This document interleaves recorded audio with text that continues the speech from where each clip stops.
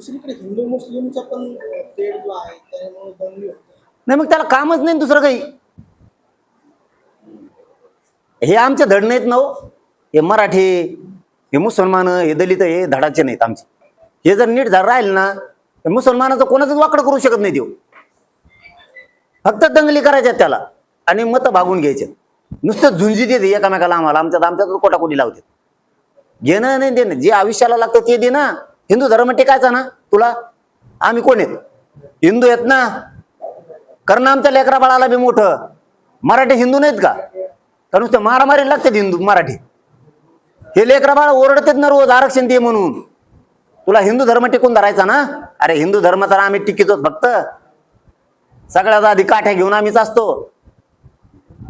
मराठ्याशिवाय कोणी परंपरा नाही टिकून धरीत. आज आमचेच मुर्दे पाडायला निघाला मराठ्यांच्या पोराचे. हिंदू आहेत ना आम्ही. आणि जातवान अस्सल हिंदू आहेत परत. आम्हाला गर्व आहे, स्वाभिमान आहे आमच्या धर्माचा. पण जर आमचे जातच संपायला लागले, धर्म कसा टिकवायचा आम्ही? आम्ही आरक्षण दे म्हणतो ना. तुला लई हिंदूचा पागडा आहे ना. तुला वाटतं हिंदू मोठे व्हावेत. मराठ्याचे गरीब हिंदू आहेत. दिन त्या हिंदूला ते मोठे होतील ना. लढायला सक्षम होतील. पण मुगम सांगायचं मुसलमानाचं असं, हिंदूचं तसं. मुसलमानांनी काही त्रास दिला का आता? नाही. कम मागा लागला उगाच उगाच त्यांच्या. त्रास दिल्यावर ठीक आहे ना, बघू ना.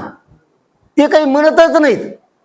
आणि जे म्हणते त्याच्या मागं नाही लागायचं. आता आम्हाला आमचाच हिंदू विरोध करतोय. छगन भुजबळ कोण आहे? हिंदू नाही का देव? त्याला बोला ना की तू हिंदू आहेस, कशाला विरोध करतो आरक्षणाला? हिंदूच हिंदू मारायला निघालाय आम्हाला. ही कोणची पद्धत आहे तुमची? त्याला नाही वाटत त्या छगन भुजबळला की हिंदू मोठा हो बाबा, हिंदूतला मोठा वर्ग आहे मराठा. म्हणजे मारामाऱ्या करायचं असलं की हिंदू धोक्यात आला. आणि आरक्षण मागितलं, अरे आमच्यात नका येऊ म्हणते तुम्ही. का? ही हिंदू आहे का तुमचा?